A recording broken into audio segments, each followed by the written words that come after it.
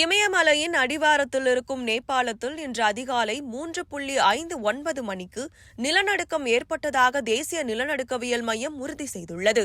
இந்த நிலநடுக்கம் ரிக்டர் அளவில் 4.8 பதிவாகியுள்ள நிலையில் பொதுமக்களிடையே அச்சத்தை ஏற்படுத்தியது.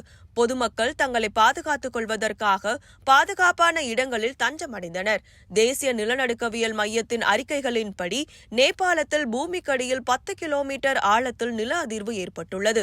அச்சரேகையின் 29.17 வடக்கு மற்றும் தீர்க்க ரேகை 81.59 கிழக்கில் இந்த நிலநடுக்கம் நிலை கொண்டிருந்ததாக கூறப்படுகிறது.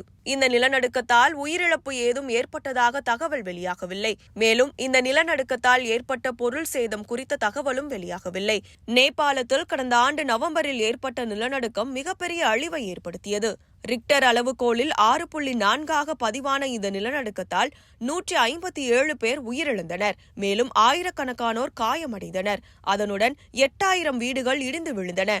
கடந்த 2015 7.8 ரிக்டர் அளவில் சக்தி வாய்ந்த நிலநடுக்கம் ஏற்பட்டது.